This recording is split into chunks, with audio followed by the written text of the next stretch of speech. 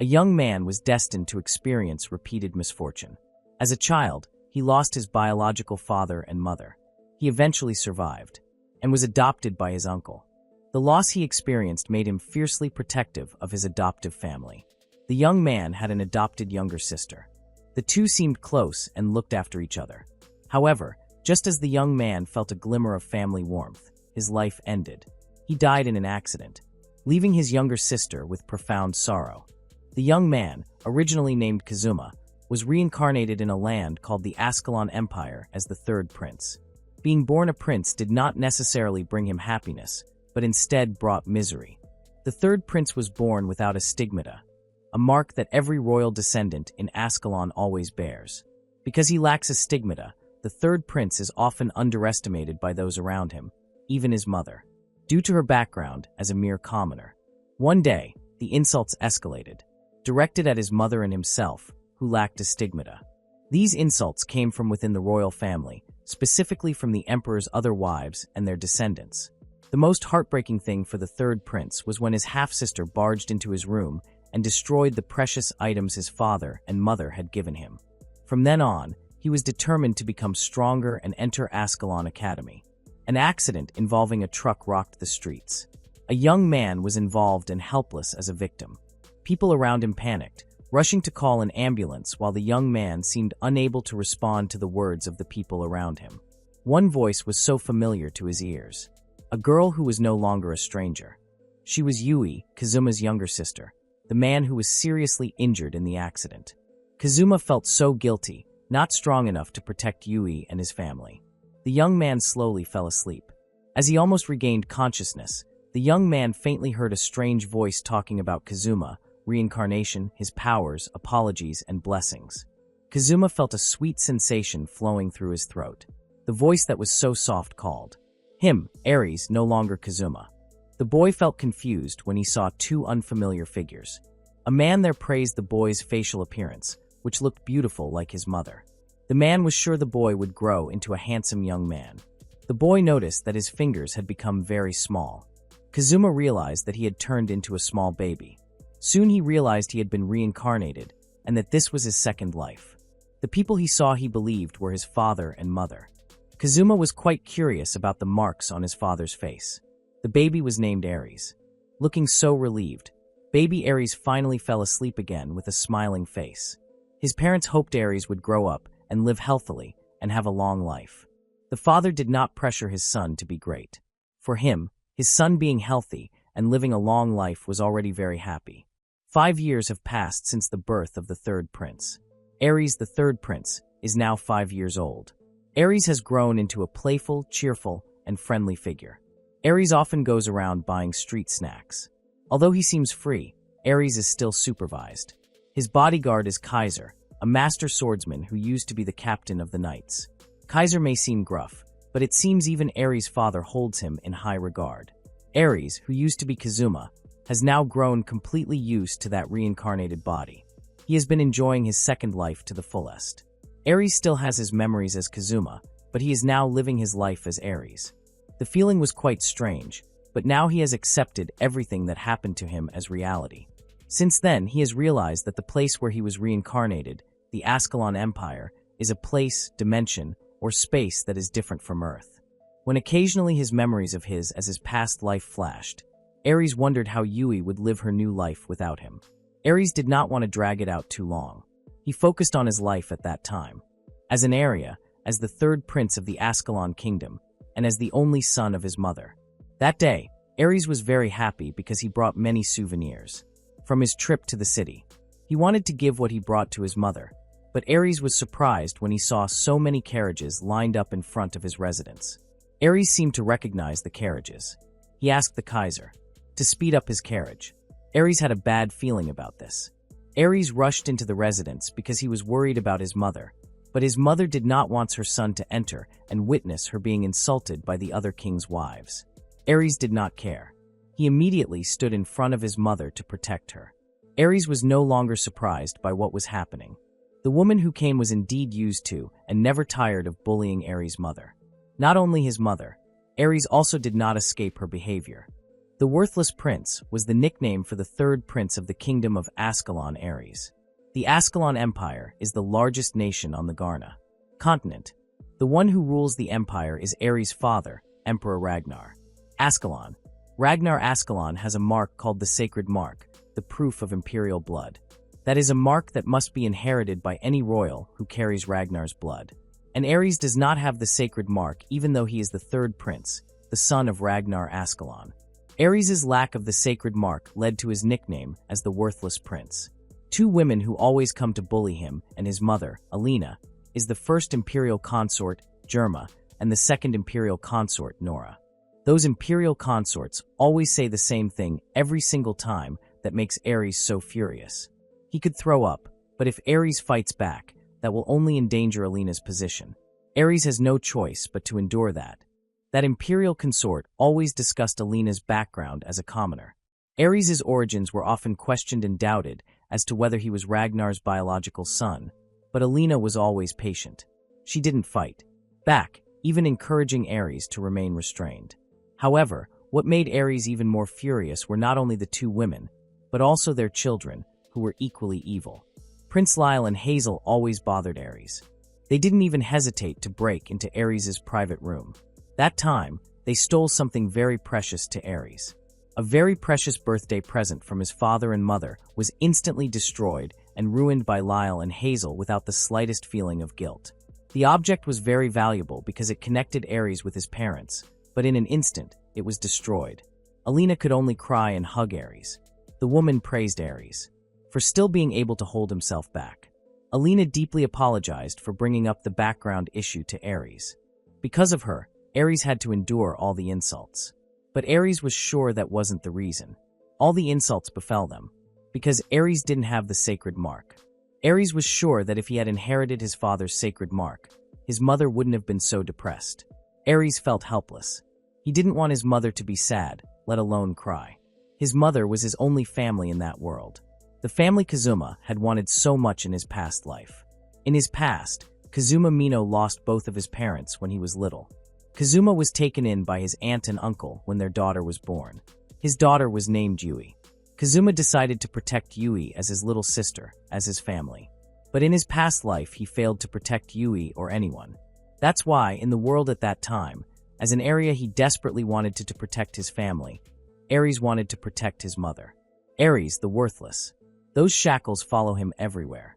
His situation is causing Alina, his mother, to suffer. As a child, Ares was very powerless. He couldn't do anything when his mother was persecuted. Ares wanted to protect his mother. He had to, but he still didn't know how. Ares went to meet Kaiser. Kaiser asked what his young master had come to see him for. Ares, as the third prince of the Ascalon Empire, had a request for Kaiser. Ares had heard that Kaiser was once the captain of the knights and a master swordsman. Based on that skill, Ares wanted Kaiser to teach him the art of swordsmanship. Kaiser felt he was inadequate. The old man had retired, and his abilities were not as brilliant as in his prime. He wanted to know why Ares didn't ask his father to teach him if he really wanted to.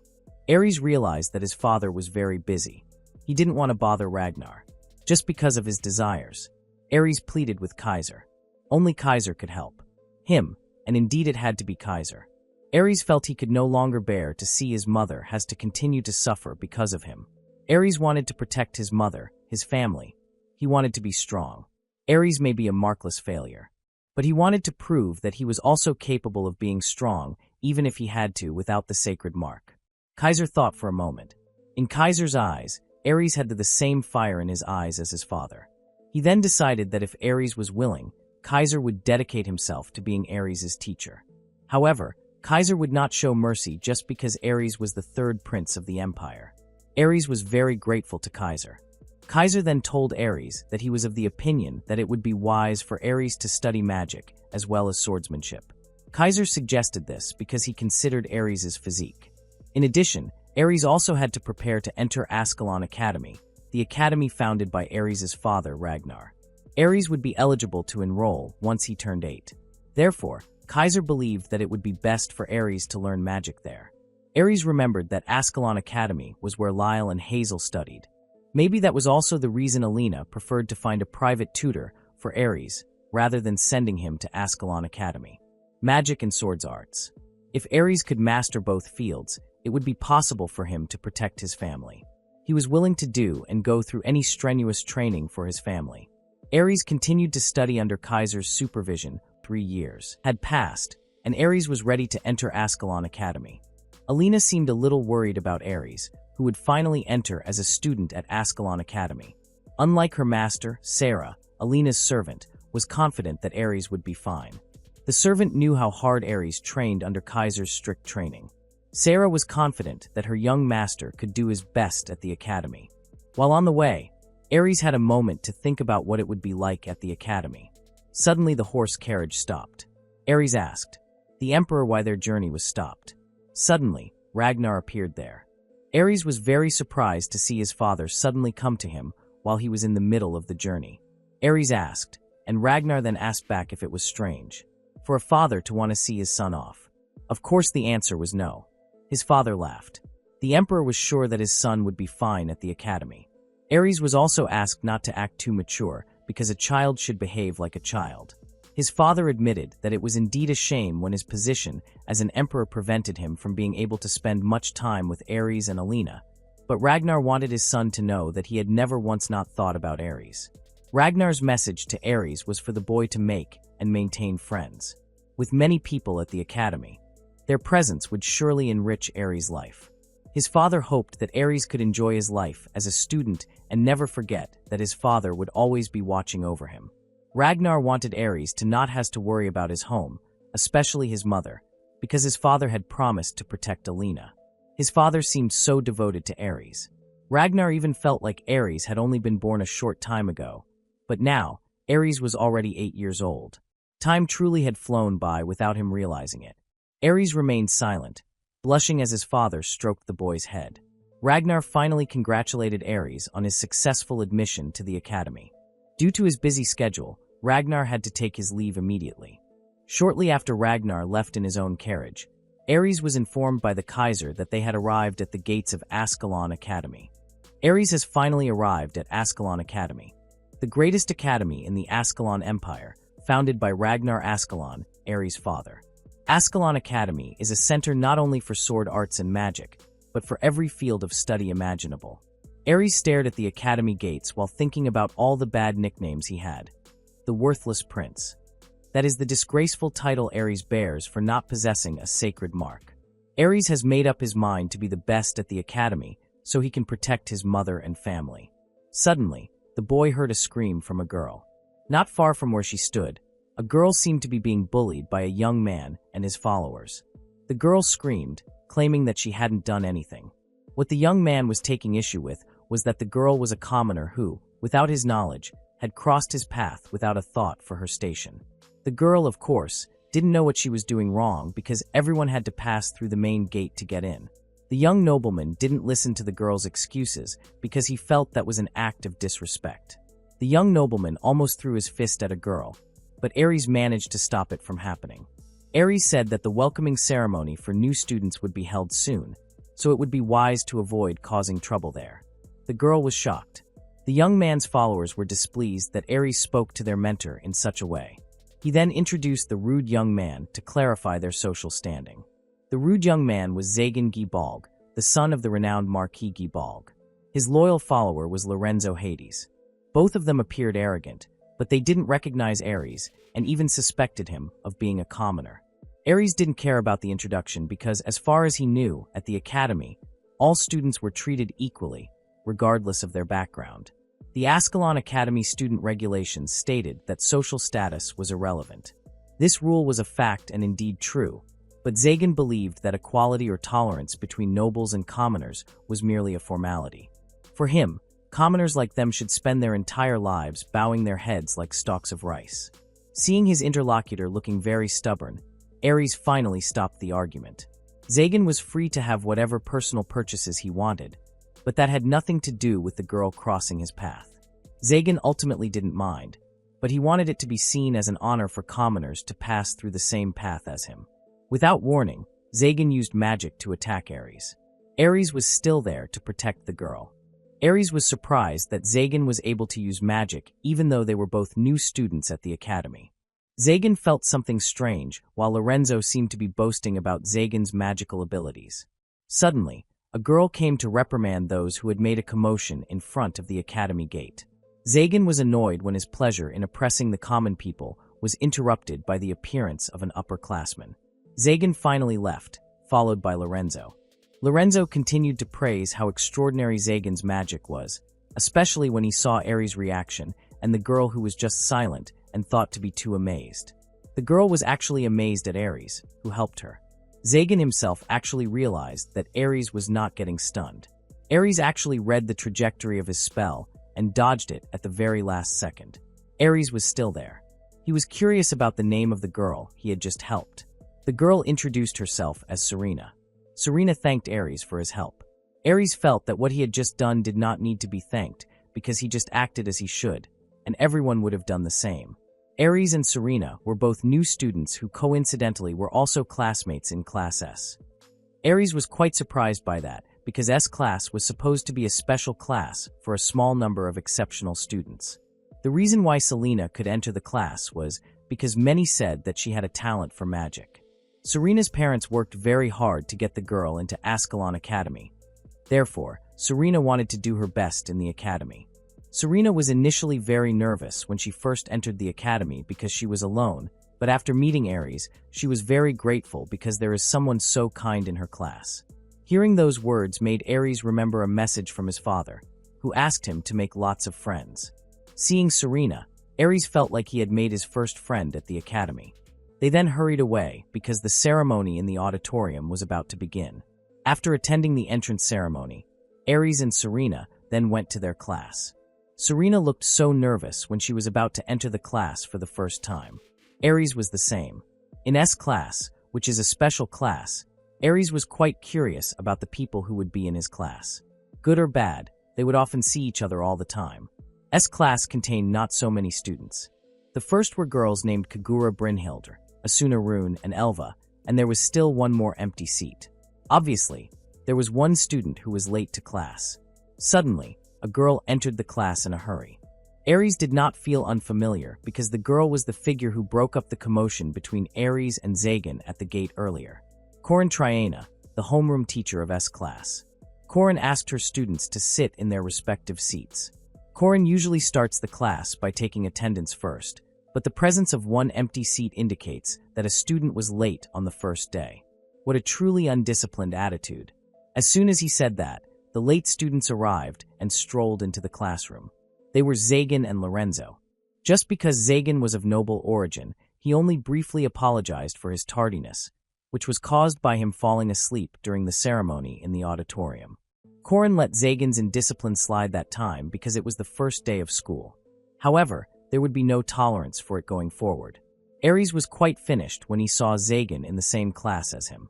However, when he recalled the magic he had seen in front of the gate, it wasn't surprising that Zagan would be in Class S. Seeing Zagan in the class and sitting on a bench close to them, Aries was worried about Serena. Sure enough, the girl looked trembling. Zagan then realized that Serena and Aries were in the same class as him.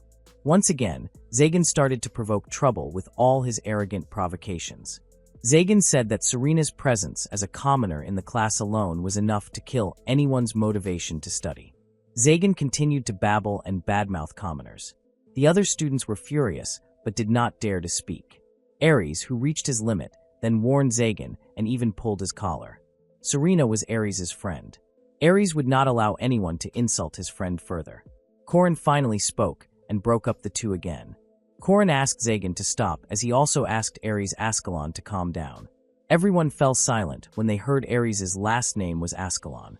Everyone knew that only the imperial family was allowed to bear the last name Ascalon, but when they saw that Aries did not have the sacred mark, it was clear that Aries' identity was known to everyone. Rumors of a prince born without the sacred mark have spread throughout the empire. Zagan calls Aries, the third prince of the empire, the worthless prince.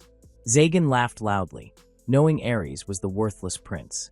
They all knew that princes born with the sacred mark were rumored to possess extraordinary powers, so it could be argued that if Aries were a prince without a mark, Then Ares could also be considered a prince with no powers at all. Corin again asked the two to stop. The woman had no intention of forcing the two to become close because they would be classmates throughout their time at the academy. Whether as good friends or as rivals, either was fine. No matter the form it took, they were there to challenge one another, broaden their horizons, and heighten their abilities. That was the purpose of that place, Ascalon Academy. Corin, as a teacher, would not permit violence or verbal abuse. If they were going to fight, they should do so properly in class. There will be a mock battle in 1 month. They can settle their differences then. Hearing this information from Corin, his homeroom teacher, Ares then declares to Zagan that all the insults he has uttered to Serena will be paid for in the mock battle. Zagan underestimated Ares, who challenged him to the mock battle later. He thought he couldn't care less about the match itself. However, it'll be amusing to watch Ares grovel. Ares was even warned by Zagan to put on a good show for him in a month's time. Zagan left. Serena felt bad for Ares because the young man's situation at odds with Zagan was because of Serena. Ares didn't want Serena to feel burdened. The others also agreed. Suddenly, a young man joined the conversation there. The young man seemed happy to meet the third prince, Ares. Previously, he wanted to confirm that Ares had the same understanding as him, that in the academy, everyone had an equal position. The young man was Alger Arondite. Alger spoke not only to Ares but also to Serena. What had just happened should not be something that bothered Serena. Alger seemed quite embarrassed to find the behavior of a respected marquis son so embarrassing. As a fellow noble, Alger was utterly ashamed. Alger comes from the baronial house of Arondite. And embarrassingly enough, their relationship with the Marquis House of Gibalg is like cats and dogs. The Marquis of Gibalg holds one of the highest ranks in the empire. Compared to them, the baronial house of Arondite has the lowest rank of nobility. Alger supposes they can't stand that they're favorites of Emperor Ragnar despite all that. They spread baseless rumors about them in high society and tear up their letters, and yet because of their high rank, no one can defy them. They can only bow their heads. That is the Marquez House of Gibalg. Ares seems very aware that his world is very obsessed with status, and he realized it early on based on how he and his mother were treated. Alger seemed very impressed with Ares, who was able to fight back against all the wrong actions committed by Zagan. The amazed Alger then wanted to befriend Ares. Ares gladly accepted the friendship offered by Olga, but before he could finish his sentence, a girl suddenly spoke and felt it was unfair because Olga had just beaten her to befriend Ares. The girl spoke quite firmly and introduced herself as Kagura Brynhildr. Her first debut in front of Ares seemed perfect until the girl accidentally bit her own tongue. The whole room immediately fell silent for a moment, and a moment later Kagura, who realized her mistake, felt so embarrassed in front of everyone. The girl felt like she had ruined the first moment when she met Ares directly. She felt like she wanted to hide at that time but couldn't. Prince Ares calmed Kagura by saying that he was also happy to be friends with Kagura. Kagura felt that Prince Ares had a very good attitude. Ares had allowed Kagura to call him by his name, but the girl still insisted on calling Ares Lord Ares. Alger explained that Kagura was the eldest daughter of the Brynhildr family. Kagura was someone who treated everyone, even lowly nobles like Alger, without any prejudice. Her skill with the sword, in particular, put even adults to shame. If Ares intended to make Kagura part of his team, then Kagura would certainly be one of the main forces. Ares didn't just hear about the Brynhildr family from Alger, because even his father said good things about the Brynhildr family. Therefore, Ares was sure that Kagura would be able to get along with Serena. Afterward, we returned to the mock battle. Ares did declare a duel with Zagan, but the mock battle was actually conducted in groups. This meant that the selection of group members would be key to victory.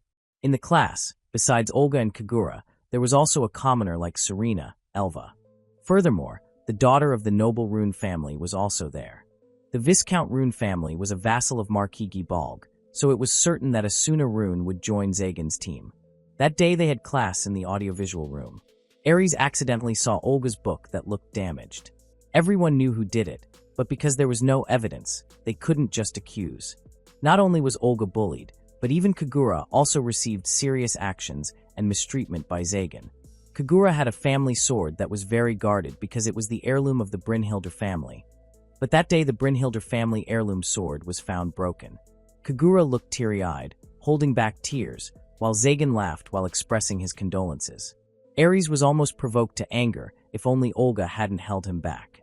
Zagan laughed and accused Ares of being a tyrant for making accusations without any evidence. Kagura was still there, silently crying over her brother's broken sword while being calmed by Serena.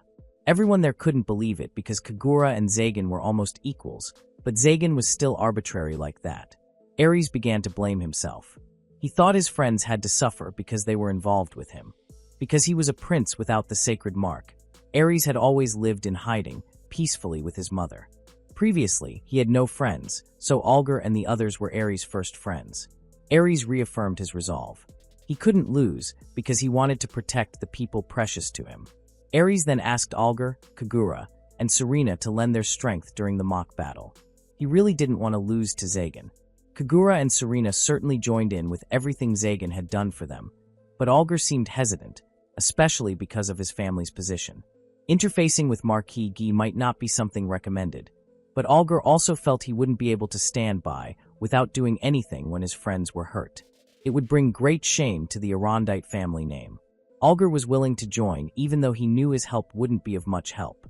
Everyone was very happy with Alger's decision. The four of them worked together to unite their forces to fight Zagan. They were determined to teach him a lesson.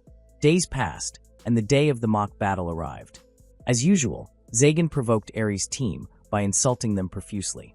Ares was also able to respond to the insults no less harshly, until Corrin arrived and was about to start the mock battle. Corrin explained that the mock battle was an event to test the results of their past month of training. It's a chance to see how much they have grown. They will all be fighting inside the barrier. Everything that happens inside the barrier will be a simulated experience. So even if they are injured, they won't be physically harmed, but they will be eliminated. The rules are simple. The team that gets completely wiped out first loses. Serena looked nervous, and Ares tried to calm her down, but suddenly, Zagan's attack landed between them. Alger was slightly affected. Ares screamed. They hadn't realized the attack was coming because the mock battle hadn't even begun. Zagan didn't feel guilty, and instead, he was even more arrogant than before. He asserted to Ares that his actions were what he called strategy. Someone asked Corrin if Zagan's actions were justified. The attack fell before the signal to start the mock battle was given. Corrin appeared neutral. It was against the rules, but in a real situation, in the middle of battle, the enemy wouldn't have waited for the signal to attack. On one hand, Zagan was right, but with that brand of chivalry, devoid of all ethics, Corrin wondered if anyone would actually follow a man like that. Ares looked worried for Olga, but the young man seemed fine. His wounds disappeared briefly after entering the barrier. The attack before the match signal seemed to be out of the question. Kagura shouted to warn Ares that it was no time to relax because Zagan was continuously raining surprise attacks on them. The attacks were becoming increasingly annoying for Kagura, while Ares was quite overwhelmed trying to save Serena and monitor the situation of his other friends. Inside the barrier, they would not only be less injured, but also be provided with weapons suitable for their respective fighting styles. The battle between the groups became a bit brutal, especially since Zagan's side relentlessly attacked before Ares' side was ready to receive the attacks. It seemed Asuna was deliberately targeting Serena, but it was Bauna who was eliminated by Serena. Serena was quite surprised when she found out she succeeded. Ares seemed happy. Serena was definitely suited to be placed in the S-class, not only because of her weapon, but also because Serena was a dual attribute user. It is exceptionally rare for someone to possess dual attributes. Serena's magical power should be on par with even Zagan's. Seeing how Zagan's group fought so far, it was understood that they most likely moved independently and did not depend on each other. Hearing Alger's explanation, Ares was slightly relieved. Suddenly, Alger realized something. The young man had managed to eliminate Elva. Ares and Kagura seemed very happy to know that Zagan's group now only had Zagan and Lorenzo left. Alger was also happy.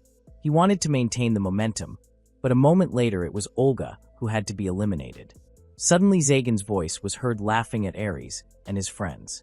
The arrogant young man said that Asuna and Elva were nothing more than bait that was deliberately sacrificed, and even without them, when Ares and his friends attacked Zagan simultaneously, Zagan was so arrogantly confident that Ares and his friends would never be a threat to him.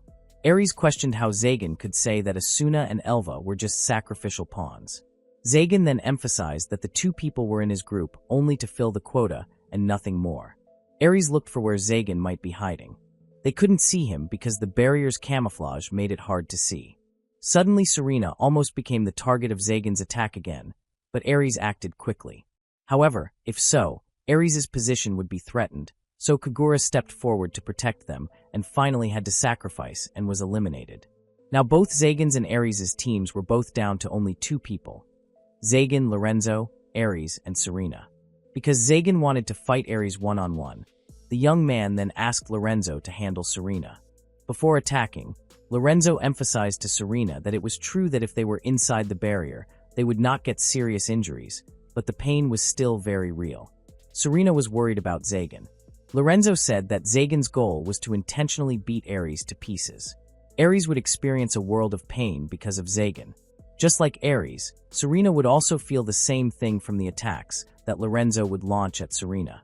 Serena, the girl, was well aware that she did not have great power like Kagura or high intelligence like Algar, and she also could not be a leader who brings everyone together like Ares.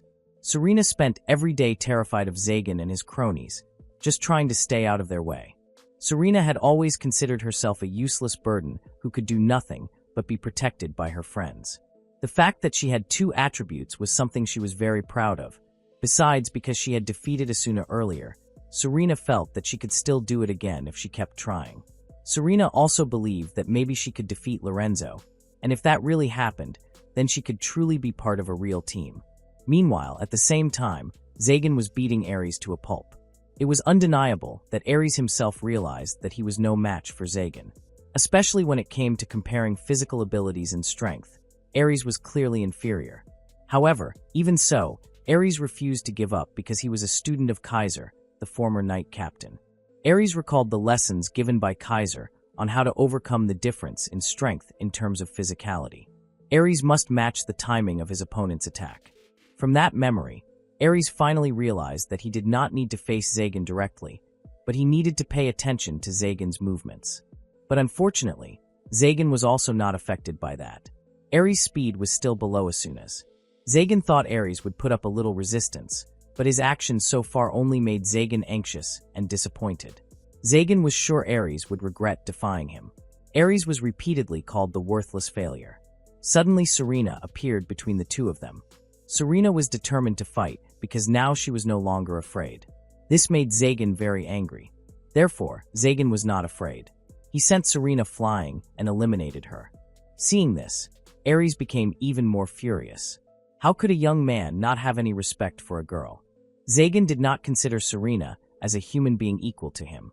In Zagan's eyes, all commoners were the same as insects, and humans never felt pity for insects. Serena, who was thrown, was immediately approached by Olga and Kagura. Both were worried while Serena was still stunned. She realized that she had been afraid for a moment. That time Serena had to be satisfied with herself, who managed to land a single blow. Serena was sure Ares would handle the rest. Ares now has to face Zagan one-on-one. Zagan continues to be fed up when Ares just keeps dodging. Ares tries to understand. Zagan seems to switch to using magic, and when he uses magic, his sword guard is down. He can only use either sword skills or magic, but not both at once. Ares is still waiting for the right timing, like Kaiser's message. Momentum is important. Ares also switches to using magic. Zagan underestimates. The weak magic that Ares uses will definitely not work on him, but from the fireball, it turns into a flame blade. A sword of fire reaches Zagan, surprising the young man and affecting him. After the mock battle, Ares and his friends gathered at the Ares estate. Ares told them that his flame blade was coated with Serena's mana. Everyone was silent. Serena didn't understand what Ares meant, and neither did Kagura. Ares knew that Serena was definitely unaware of it. But when Ares picked up the sword, it was already coated in Serena's mana. So that flame blade was as if the film of mana covering the sword ignited. In other words, a composite art, a fusion of swordsmanship and magic. Serena then felt flattered and embarrassed, because the girl didn't know. She just moved instinctively. Algar then said that flame blade was a major technique, the likes of which had never been seen. Ares was likely the first one to have ever used it in practice. Ares was sure of it. He felt so happy and grateful that it worked out somehow. Despite this, Ares wasn't immediately satisfied, as the flame blade was incredibly powerful, but it was also a double-edged sword. His success was due to Serena's dual attributes. If Ares had made even the slightest wrong move, he might have been destroyed by his own magic. It was a dangerous technique, but the fact remains that the flame blade had brought victory over Zagan, so if Ares could perfect it, it would become a powerful weapon. While Ares may have won the mock battle, a large part of that was due to Zagan's overconfidence. Zagan is a proud man, so after that, he would come at Ares with everything he had. Ares then realized that as long as he was at the academy, a confrontation with Zagan would be inevitable. To survive against Zagan, Ares would have to truly master the flame blade technique. Furthermore, the technique still needed to be perfected. And if Ares succeeded in doing so, the flame blade technique should become a one-of-a-kind weapon for Ares. Ares returned to the middle of his friend's conversation. Ares argued that it was a pretty eventful mock battle. Ares was glad they managed to pull off a win.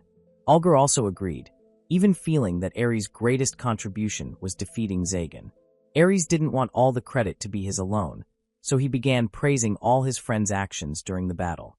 The third prince admitted that he wouldn't have been able to win if one of his friends wasn't there. Ares thanked Serena, Kagura, and Algar. Kagura admired Ares so much that she grew more and more amazed. Ares was truly a good figure, just like she had imagined. Since childhood, Kagura had always heard people around her talk about the third prince of the Ascalon Empire, who was the same age as Kagura. Talks about whether Kagura could marry the third prince arose because it might bring stability to the Brynhildr family. Little Kagura was a girl who loved picture books. Her favorite book was a book about a prince riding a white horse. The figure of a prince on a white horse was very cool in Kagura's eyes. Kagura began to ask if the third prince was like that too. Her nanny was confused as to whether her young lady meant Ares. Kagura's eyes lit up when she first heard the name of the third prince, Ares. Kagura's father often said that Kagura must marry the third prince. These words were like doctrine to the little girl, so Kagura made up her mind from a young age to train hard so she could save the prince if he were kidnapped. That's how Kagura spent her childhood full of misunderstandings, especially about the third prince, whom she had never even met. Kagura continued to train, and train.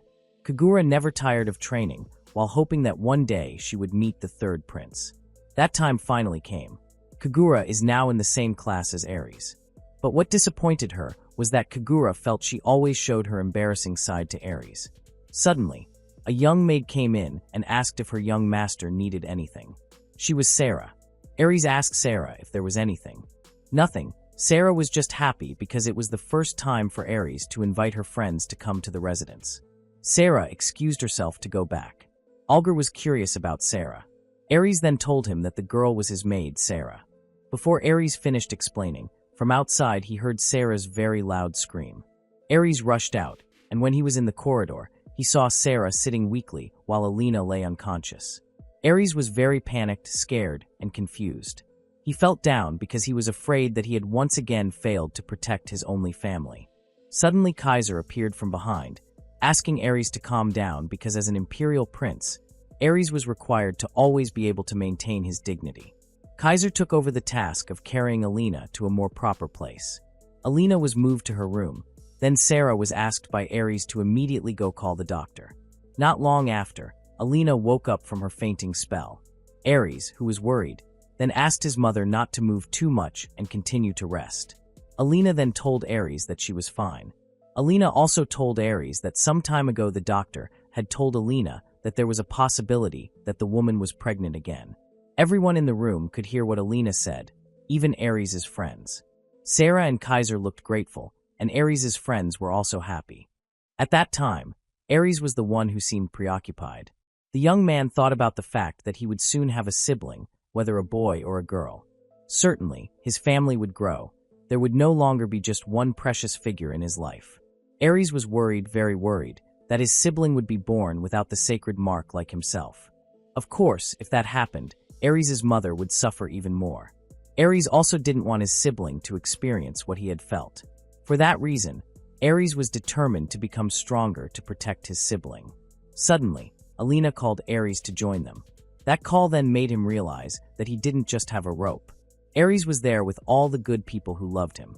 Meanwhile on Earth, Yui still seems to be crying over Kazuma's departure forever. Flashback to Ares' past. or what in his previous life was known as Kazuma Mino. Kazuma Mino had an accident that caused his death, and then reincarnated in another world as the third prince, Ares. Because Ares had lost his parents when he was still Kazuma, Ares lived peacefully with his kind mother and his father, the emperor. However, his life continued to be disturbed by the people around him who could not accept him and his background. All just because Ares did not have the sacred mark, the proof of royalty, and then combined with his mother's low status, so that made Ares and Alina tormented by the other consorts. Even when Ares managed to enter as a student at Ascalon Academy, his classmates, namely Zagan and his cronies, always looked down on Ares and his friends. However, Ares still managed to get valuable friends and good news about Alina's second pregnancy. Because of this happy news, Ares then made a resolution where he would protect everything that was precious to him because he promised to be strong at all costs, even without the sacred mark. Back to real time. Algar asked Ares that day what kind of training they would do. Ares hoped Kagura and the others could help, but Algar told him first that Serena was busy that day. So that day there would be only the three of them, Ares, Algar, and Kagura. Ares looked confused about who could be asked for help with the magic part. Suddenly, a beautiful girl appeared over there. Ares was surprised and then alert. The girl rushed towards Ares with a very happy face while saying how much she missed him. With a wide smile, the girl asked why Ares hadn't come to see her when they were in the same academy. Not only that, the girl was also a little annoyed that Ares didn't tell her about Alina's pregnancy news. Ares tried to convince the girl that he hadn't had time to tell her, not that he didn't mean to not tell her. Everyone looked confused watching Ares' interaction with the beautiful girl. Algar was then very surprised when he saw the sacred mark on the back of the girl's hand. There is only one person with a sacred mark on the back of her hand, and that person is the first imperial princess, Hilda Ascalon. Hilda Ascalon was the eccentric person who was Ares' older half-sister. And Hilda is also a full-blood sister of Lyle. Hilda is the daughter of Lady Germa. And even though Lady Germa despised Ares' mother, Hilda doted on Ares since they were little.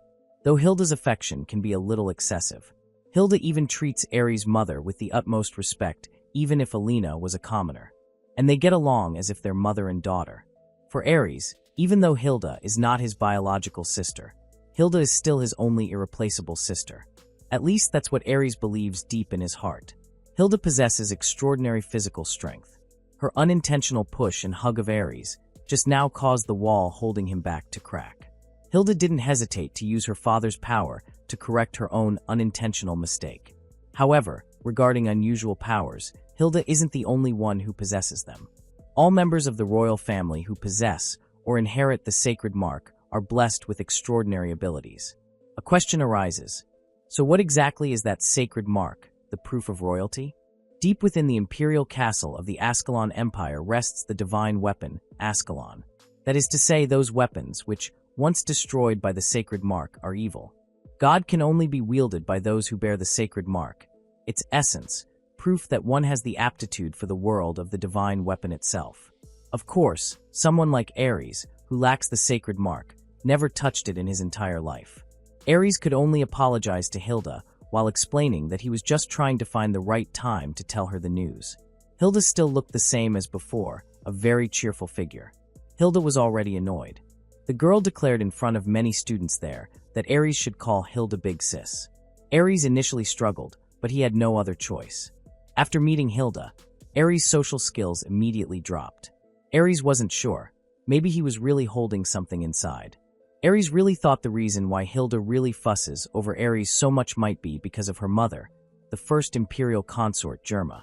Lady Germa is always fawning over Lyle, the likely heir to the throne. Maybe Hilda's attitude was a representation of her loneliness, so Ares, realizing this, was determined to try to be a better brother to Hilda. Suddenly, Corin arrived and was about to start his class again.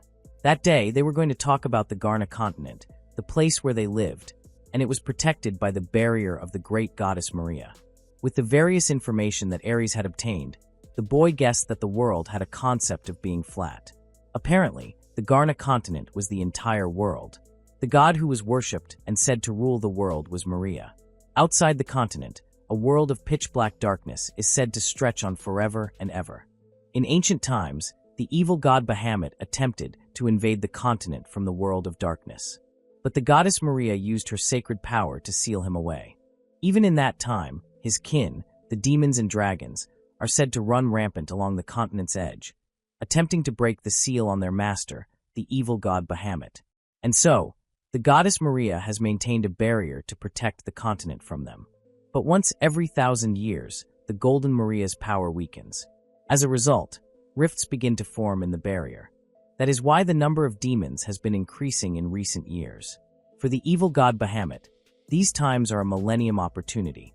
As the goddess Maria's power fades, Bahamut is attempting to manifest once more.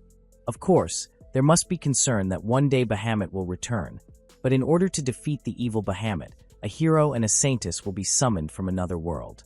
Hearing the words of a summons from another world made Ares feel something strange. Corin said that the cycle has occurred and lasted for thousands of years, so even now, when the goddess Maria's barrier weakens, that means the time of the Great War is approaching fast. Therefore, in preparation for that time, Ascalon Academy students will all learn the art of fighting demons. Corin then announced that for the next practical exercise, her students would be subjugating goblins. Hearing this, the students were surprised because defeating goblins wasn't a difficult task. Zagan even protested because he considered the task a waste of his time. Their homeroom teacher could already guess what her students were thinking, but Corin still didn't change the assignment because she felt that once her students actually tried to subjugate them, they would learn the true extent of their own arrogance. Their opponents were indeed just goblins, goblin monsters with a high reproductive rate. Their sheer life force a unique ability among all demon kind. Dismiss them as easy to kill, and they would die buried under a tide of them. Turning to Yui for a moment, Yui still seemed unable to accept Kazuma's departure forever. The girl was still often sad, and even cried incessantly in front of her adopted brother's portrait. At one point, Yui seemed to be in a strange place floating in the air. The girl realized that the place she saw was not Japan. She tried to remember that what she had done before was studying, and then going to sleep at night. That was why Yui suspected that what she saw at that time was part of a dream. The girl was very sure that she was indeed in a dream, but as a dream, what she saw felt quite real. She observed various things there carefully, starting from the cathedral building and the school. Even several students who seemed to be staring at each other. But in Yui's eyes, she thought the students were practicing kendo. After observing more closely, Yui realized that the swords used by the students were real swords. It was quite surprising for Yui, but she then reassured herself that anything could happen in dreams. Yui's eyes were then drawn to a young man with a striking silver hair color. The girl seemed captivated by the young man's facial features that looked very young. Yui felt familiar with the figure she saw, and it turned out to remind her of Kazuma. Yui had called the young man Kazuma before leaving, who knows where. Ares, who felt called, then turned to where Yui was before. Ares then convinced himself that it was impossible for anyone to call him Kazuma in that world. Ares was very aware that the world was very different from Earth, even though the sky might be the same. Ares felt homesick and curious about what Yui was doing when he remembered Earth for a moment just now. Yui Shimizu was Kazuma Mino's younger sister in his previous life. Although he calls Yui his sister, the two are not related by blood. After Kazuma lost his parents, he was raised by his aunt and uncle, and Yui is their biological daughter. Yui and Kazuma grew up together like real siblings. Kazuma believes that people can see that they are very close as siblings. Yui is a very precious little sister for Kazuma. However, Kazuma feels like a failure because of an accident that managed to kill her. With Yui's attitude, Kazuma is sure that his little sister will blame herself endlessly for what happened. However, for Kazuma, it is he who must apologize for not being able to protect Yui, his precious family. Kazuma, now living in the area, still hopes for Yui's happiness even though everything has changed. Suddenly, Olga's attack almost hits Ares. Ares can't believe he lost focus. He continues training for his goal. Ares tries to reuse the flame blade many times, but he still fails. At that time, Ares should have been training for goblin subjugation. But Ares hasn't managed to successfully cast the flame blade even once. The flame blade requires an incredibly delicate coating of mana. To think Serena pulled that off unconsciously just reminds Ares how amazing Serena's dual attributes are. Serena trained under Corin's supervision. The girl was repeatedly reminded that the most important thing in magic was visualization. Serena possessed two attributes, water and wind. This was rare, and visualizing two attributes simultaneously was certainly not easy. However, once Serena could do it, she would become incredibly powerful. Serena's friends also witnessed Serena's training. They were amazed. Ares even doubted himself because he compared himself to Serena, but Ares soon realized. He was sure he could, but there was something missing from him, and he didn't know what it was. Kagura suddenly stepped forward to be Ares' training opponent. With that enthusiasm, Ares was finally motivated to refocus. Fighting Kagura was a difficult challenge, but worth it for training. Kagura was touted as someone born with natural talent. Ares felt that too. Both in speed and strength, Kagura was far superior, but that had nothing to do with Ares because the one who had decided to become stronger was Ares himself. Therefore, Ares not only had to surpass Kagura, but also Olga and Serena. He had to quickly master the flame blade. The day of the goblin subjugation finally arrived. It was Ares' first time wearing full body armor. It felt quite heavy, even heavier than Ares could have imagined. It seemed that Ares wasn't the only one. The others were also having difficulty moving freely. Corin came to prepare her students. The girl asked her students to double-check their armor before they teleported to the goblin forest. From Corin's words, it could be concluded that this time was different from the previous mock battle. This time, they would actually be faced with a real fight.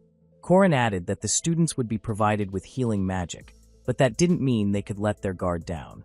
Healing magic could indeed work as long as the human wasn't completely dead. Zagan was there, not forgetting to heat things up by teasing Ares, of course. Ares remained silent. He had tried so hard to train, but unfortunately, he still couldn't master the flame blade. Ares couldn't lose focus. He had to concentrate fully on goblin subjugation.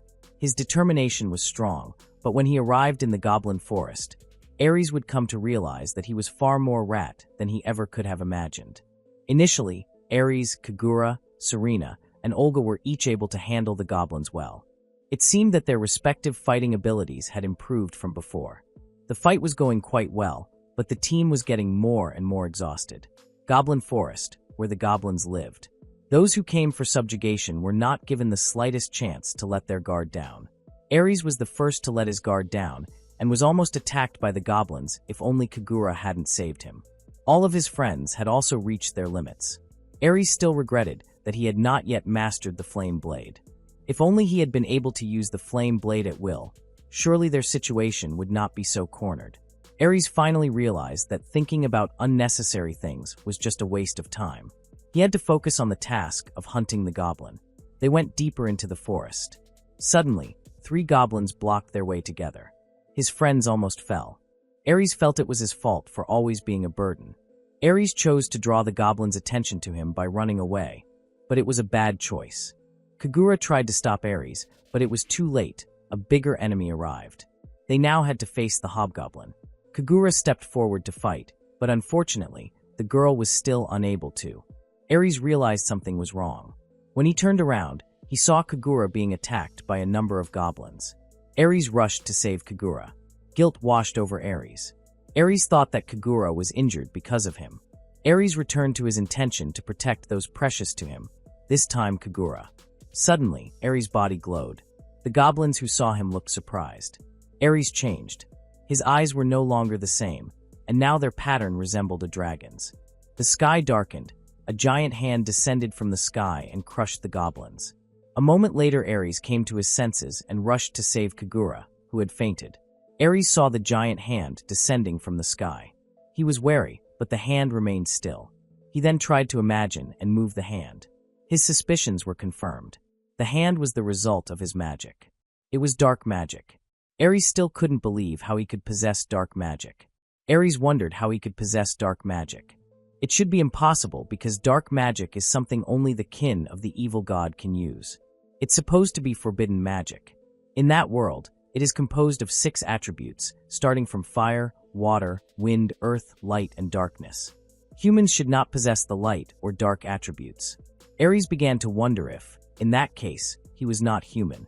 He put his noisy thoughts aside first because he had to take Kagura and meet the others, but suddenly, a dragon appeared before him. Of course, Ares was very surprised by the appearance of the large creature because, in fact, There had never been anything like a dragon in the goblin forest. The dragon's power was also certain to be far above the goblins, and Ares would not be able to handle it at all. The boy began to be confused about what he should do. Suddenly the dragon fell and looked very exhausted. After looking again, it turned out that the dragon's body was also full of wounds. Ares was even more confused about what actually happened to the dragon. Not long after, a light shone so brightly, and the dragon that was so big in front of him disappeared, replaced by the figure of a small dragon. Ares was still confused, but he then heard Serena's voice, who seemed to be looking for his whereabouts. The small dragon suddenly jumped to the ground in front of Ares. Ares was confused about whether the small dragon had disappeared into the ground, but after looking closely, it seemed that the dragon was hiding in Ares' shadow. Ares suddenly heard strange sounds. Meanwhile, his friends, Serena and Olga, found Ares and Kagura lying unconscious there. Ares woke up, but not in the Ascalon Empire. The young man was seen flying through the air over the city where he had lived in his previous life. Ares was then curious about Yui's news. He rushed to leave, but when he arrived, he saw Yui looking very sad. Yui was crying while hugging Kazuma's portrait. Ares felt sad because he couldn't protect Yui. Ares doesn't even have hands to pat Yui's head anymore. Suddenly, Yui's father and mother came in to calm their daughter. Seeing his adoptive parents looking very worn out, Ares felt worried. Ares, as Kazuma, could only thank them for everything they had done and given him. Kazuma wanted his family to take care of themselves after his departure. Again, Ares suddenly heard a voice. The voice ordered Ares to return to his world, the Ascalon Empire. Ares finally remembered the voice. It was the same voice he heard when he was reincarnated. Ares then woke up, and in front of him were his friends and Korin, who looked worried. Kagura, who was very worried, cried in front of Ares and blamed himself, but Ares realized it himself. It was all his fault for acting rashly and carelessly. Everyone didn't want each other to blame themselves. Ares felt bad, but he was also quite confused. He was sure that none of his friends saw the dark magic or the dragon. Ares became curious about what happened to the dragon that appeared. Was the dragon really absorbed into his shadow? Ares was then able to confirm it. He felt the dragon's presence within him, but his confusion grew even greater. If he talked about the dragon to Korin, then he would definitely have to admit his dark magic. Ares couldn't do that. He was reluctant. Dark magic was something forbidden. If he was found out to have it, then the people he loved might also be affected. Before Ares could think clearly, he received an unwanted visitor. Prince Lyle and Prince Hazel came to visit Ares.